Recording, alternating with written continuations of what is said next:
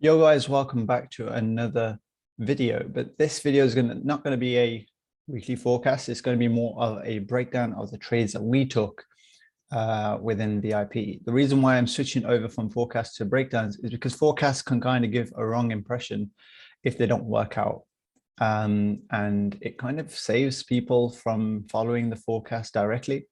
As you know, a lot of people have, made their thoughts very clear and saying that, if it goes the wrong way, they'll just be like, yo, you're trash, bro, you're garbage. And I'm like, it's not like I was following the forecast directly. The market can change during the new week. There might be a new weekly bias and we must adapt during that time frame. So, and again, a lot of the people in VIP will understand because I do send updates daily on what I'm thinking the market will do. So this is the reason why I'm doing weekly breakdowns from now on. And hopefully you guys can kind of pick up some pointers, I guess, from the way we end up trading and how to kind of improve yourself as a trader. And if you like the way I teach and the way, and like the way I explain things, then yeah, you guys can check out the VIP for yourself. Links are all in the description. Let's get started. Right, so we're going to start off by looking at the trades we took during the start of the week. The main trade was on Tuesday, where the volume was increased. Obviously, Monday was Eid, so I didn't focus on the charts too much as I was spending time with the family. But you can see that on Monday, price ended up pushing below 72 with a big impulse move down to 1850. As I was looking at the 4-hour chart, if you zoom out, you can see this 1850 area is kind of marked by a supply zone just as basically price broke out towards 2000. Now you can see that price has slowly retraced and negated all of its gains and come back to the start, and this would have been a nice support area to end up buying from. Now the message I sent on the VIP was I was looking for price to push back up towards the demand zone to continue in the trend it was going after the break of the 1870 low, which I mentioned here. If we go and look at what price is doing here, I expected price to push up towards, let's get my trusty old box here, towards this area. If we drop down to the 15-minute chart, I was looking for price to get there around here. So obviously price didn't push up. Price didn't push up to that area around that time. I think it was on a Monday where I was expecting price to push here for us to continue, but we never got that at that time. So you can see that we were on an Asian session now, and this is the time where I don't really enter trades as it doesn't really follow the strategy. So I waited. Now, after seeing what price did during the London session, as you can see, it swept the previous low from the previous day. Here, we swept below, pushed up, and then we had another retest, and then we pushed back up here. And this was kind of giving me signs that price is about to kind of turn around, just because of the fact that we've had 2 attempts of going lower. We failed, we sprung back into the range, and now it's kind of getting closer to, yeah, US opens around about this area. And now we should start potentially looking for some moves to the upside. So let's see what I updated the VIP members. Okay, so I was looking at something like this. You can see this is where price pushed down and sprung back into the range, had a second test and sprung back up, creating some buy-side liquidity for price to collect during the US session. So I wanted price to push into this area, right, for us to take a buy trade. Now, if we go back and look at what was happening and zoom in, you can see that this zone is still intact, guys. Don't forget about the previous zones that you marked. They may not reach there, but they may reach eventually. And as you can see, I will be going over that trade after. If I drop down to the 5-minute trade time frame, because it was a smaller time frame trade we took, it's good to kind of go down on the smaller time frames because you can mainly see these little zones with FEG or imbalance, whatever you guys call them, to kind of place your entries. Okay, so around about this area, you can see that price failed to push lower. After this, we had a big push back up, and this is creating some sort of inverse head and shoulders, as you can see here. So if you guys trade this pattern, you guys can start to see this more often. I also do tend to mark a sort of buy side liquidity box here, showing that price came to a certain area twice, but failed to break above. So you would expect people to have their stop losses waiting above this area here. So it's, oh, that was a longer line. So since price didn't break up and retraced and then came back to this area here, I was expecting, okay, price should push above. And that's exactly what it did. But what many people don't understand is when we get a breakout, obviously, if you're a breakout trader, continue doing what you're doing because you're doing amazing.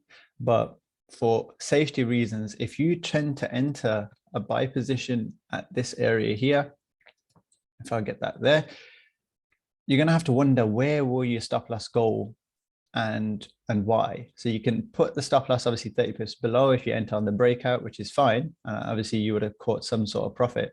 But this doesn't seem to be the main move, because what you need to think is that the market likes to trap people who trade breakouts, right? They like to push market back up and then tank it back down and then eventually take the market in that direction.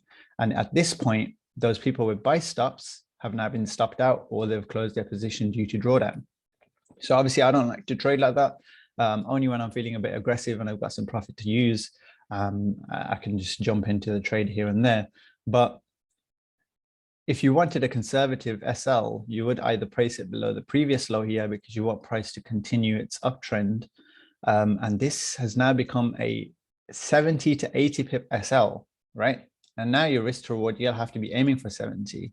So, which is what happened, but I would trade against, I would advise against trading like this and just wait for the actual move to happen. And this is exactly what I did.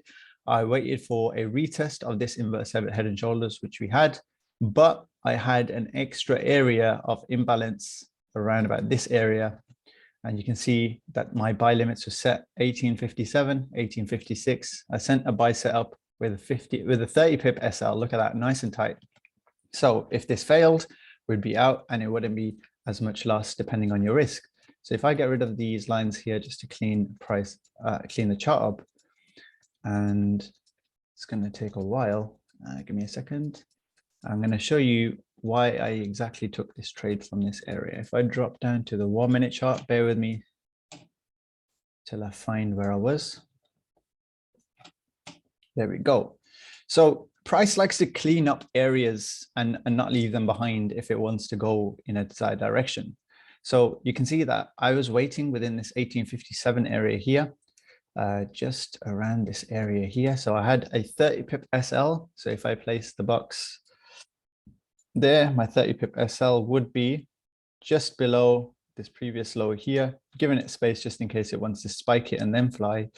And the risk to reward is perfect here. And you can see price filled all of this imbalance on the left. And again, this matched my sell zone with my strategy. So again, the strategy also gives you the area of confirmation and confluence as well, because we've got some certain imbalance here. Price cleaned it, and then you can see, boom, sniper entry. Price basically flew a 1-to-1 within, if we risked 30 pips and made 30 pips, it took about, is this a 1 minute chart? Yeah, 1, 2, 3, 4 minutes, right? 4 minutes to achieve a profit target, and it's crazy. Yeah, you're no stress. And the price is flying straight to obviously a 1-to-1, which is be TP1. And this is exactly where we would secure entries and place your SL at entry. Now your position secure, right? Now you can hold and carry on with your day and not even have to worry about the trade, and just mark your take profits where necessary. And as you can see, boom, TP1 hit, sniper, 40 pips, up 0.5%, secure trades and hold. And that's exactly what we do. TP2 was marked at the top of this range here because price could end up reversing. And you can see price tried to reverse, but failed and continued its move to the upside. And we had a nice, beautiful, let's see how many we caught in total. See, I was expecting, I still had a buy position here.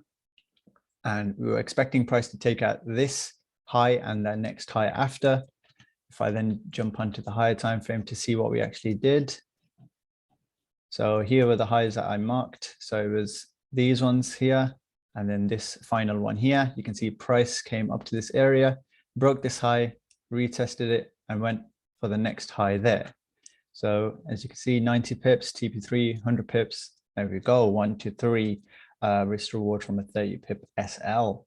Now, guys, here we come to our same zone that I mentioned on Monday, right? Which we never got to, but then we did get to, you know, during that day of impulse, and it was around about 4 o'clock. So I was like, okay, let's risk another trade here. So I was saying, okay, I'll be looking to sell above 76 with an SL. Looking to sell above 76 with an SL above 82. So if you go and mark this on the chart here, so 76 is boom right there. So, and you would have SL above 82. If you bring that down, there we go. It's a 50 pip SL. The reason being is you can see my SL placement. If I bring my line here and bring it across, it's just above this area of demand here. So if price pushes above this, we could potentially expect price to continue its way up like so. And again, you got to take in timing into account. We're coming towards the end. Obviously, London's just closed. It's 4 o'clock. We're coming towards the end of the US session. So volume may decrease, okay, because we've had the main chunk of volume pushing the price up. Oh, sorry, guys. I just realized that I put this as a sell zone. It meant to be buy zone. Yeah, so that was a buy zone, obviously. And you can see price tagged into this area and ended up dropping. How much do we catch on the sell? There you go. Sells were mentioned. 40 pips. You can take profits when you're happy. TP1 hit on 50 pips, and there we go. Around about, you know, a lot of majority of the VIP members took both trades, catching around about 150 pips in total. And had they had held this trade, you know, the trade overall went past 100 pips and continued falling down overnight back down to a certain area.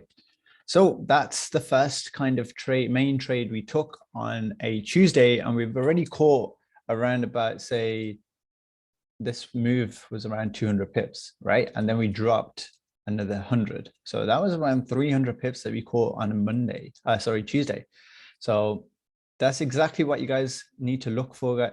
You know, when you want to continue a sell position, just make sure you're entering as high as possible. Okay, so your SL is nice and tight. You got to focus on your SL, guys, because I see a lot of people entering sells like at this area. They see price pushing up, they're in crazy amount of drawdown, and then they'll keep moving the SL higher and higher, higher, higher, right? What if this price wanted to continue moving its way up? You know, it'd be chasing your SL. So you guys don't want to do that. You want to wait for these areas. And again, this is stuff that I teach within my VIP. And there'll be a lot of references to the VIP because, you know, we had an amazing week. Now, obviously, we had the FOMC move here. With FOMC, I was expecting price to, you know, tap into this imbalance area, you know, take this liquidity here. Look, we've touched it once, twice, 3 times, 4 times, and we failed to break below. So we managed to miss our buy area. I did take a little sell, which, you know, this little wick here, a lot of people managed to get in on that trade and catch some profits. But you can see that, you know, the main move was towards the upside. I said on the VIP that, you know, if we don't get a move on during FOMC, just wait for the next day. We'll come back and we'll trade the retracement. Okay. And the same thing happened for the week after. You can see that I was looking for price to enter this top region here around about 1911. Okay. So if I get my zone where I marked it, it was around about this area here, this consolidation area. And look at this, guys. So you mark the zone here. Here's a sell zone. This is the area that I was looking to sell. SLs would have been above like 30, 40 pips higher. The reason why you have a nice tight SLs and nice instant sniper reactions is because we've waited for all of that manipulation, right? A lot of people would have got stopped out selling here, right? And price has pushed up enough. It's the right timing. It's US session again. We have imbalance on the left, guys. Look at this. It's all clicking in place. And this is what allows us to build confidence when we place these trades. And after we place this sell here, you can see the next few hours, boom, price just basically completely tanked back down. And this is a nice 200-300 pip move towards the downside here. And I was looking to take profits at least the daily low, which is 1880. And then many people held it to TP4, whatever, because it was such a big move. It's always best to take profits as you go along. Now, that was an amazing sell trade. And actually, you guys, this trade was the one that you'll see on the thumbnail. You would have seen on the thumbnail where I held some drawdown. The reason, because price ended up pushing a little higher, so it was 30 pip drawdown, but we also had a GBP JPY trade as well, running into drawdown. I'm going to go over that as well. So as you can see, we've dropped 300 pips there. So that was another great trade. Let me show you. Here's the thumbnail you guys will see. And I was giving these guys take profits here. And there we go. Look at that, guys. 170 pips. Sniper entry on the sell here. Look, price is pushed up high as possible, right? Into an area where price could reverse. This would be very risky to buy in this area for a continuation. We're looking for a big sort of correction to retrace all of this and collect all of this liquidity that was left during FOMC. So it's better to go with the sell position because you'd have a tighter SL where if you went for a buy, your SL would either be below here and then you'd have a much bigger SL, if that makes sense. So it's very important to take this stuff into account. And I think finally, I'll just go over GBP JPY, which I've left over here. It didn't move much, guys. It didn't move much, but it was enough for us to take some profit off the table. You can see that price. This was during the GBP news event where price basically pushed down into one of the buy zones, which I had marked. You can see that price ended up pushing. It was a bigger SL, guys. I'll be honest, because I don't really trade Forex as much. So I just left a bigger SL just to, and managed the risk accordingly. The SL was below this price point here at 160.1. So it was around about an 80 pip SL. Okay. But my target range was a little higher. So I was expecting price to push up. So it's not usually how I trade, but it ended up working out. As you can see, that price entered into the buy zone, and then we had a nice 50-60 pip push towards the upside. So it wasn't really one-to-one, but it was enough to take some profit off, and that's all that matters. Okay, blue is blue, and you can see from that thumbnail, the G, after holding a certain amount of drawdown, prices all turned around after a while, and this is where you need to be brave and manage your risk accordingly. And I guess if if you manage your risk, you know how much you're willing to lose. So you wouldn't go and panic and close these trades manually. That makes sense, because you know that, okay, I'll let it go to the SL. If it hits SL, it doesn't really matter because I'm not risking 100% or 80% of the account, if that makes sense. The idea is we were only risking 1 to 2%. That's it. So even if it hits SL, it won't really hurt us because we'll be back for another trade. I think that's basically it. For the breakdown. That was the main trades we took. We did take some on during NFP. There's a few little scalps we managed to take. Again, it was a buy from this area here. A few members managed to get in from a buy here. You can see that price basically took out the NFP high. The reason why we took this buy is because I was waiting for some sort of whiplash into a certain area. I found that price had a supply area here. Best to take the buy trade. Why? Because we'd have a tight stop loss again. Okay, guys. 30 pip SL during NFP, very hard to achieve, but we managed to see an area, risk accordingly, and just trade the retracement at first. That was the aim. The aim was to trade the retracement. You can see we had a very big move to the downside, leaving a lot of liquidity behind with no retracement. We initially started to trade the retracement, and then price got to an area where we took profits, left a runner, placed SL at entry, and this is how I tend to trade as well. Leave a runner, and you can see gold start doing its magic and continue to take out the high, and that's when price came back down to form the weekly close. So that's pretty much it on these weekly breakdown videos. If you guys liked what I was talking about, like the trades we were taking, the links are in the description if you want to check VIP. I've also got a free channel as well, guys. Be sure to jump in on that free channel, because if I check, I think we did share the trade for the sell. Yes, we did. So we took the buy. Here's where I was shouting at the trade that we took for the buy. And then I was thinking, okay, it's good, decent enough to share the sell position here, which I shared on the free channel, and a lot of people managed to take part in to this area in this sell position. I managed to catch a nice 50 pips where I even posted a breakdown explaining how I took these trades. So that's pretty much it from me. Leave a like if you enjoyed this video. Comment if you have any more suggestions you want me to go through. And yeah, don't forget to subscribe. Salute Empire FX. Peace out.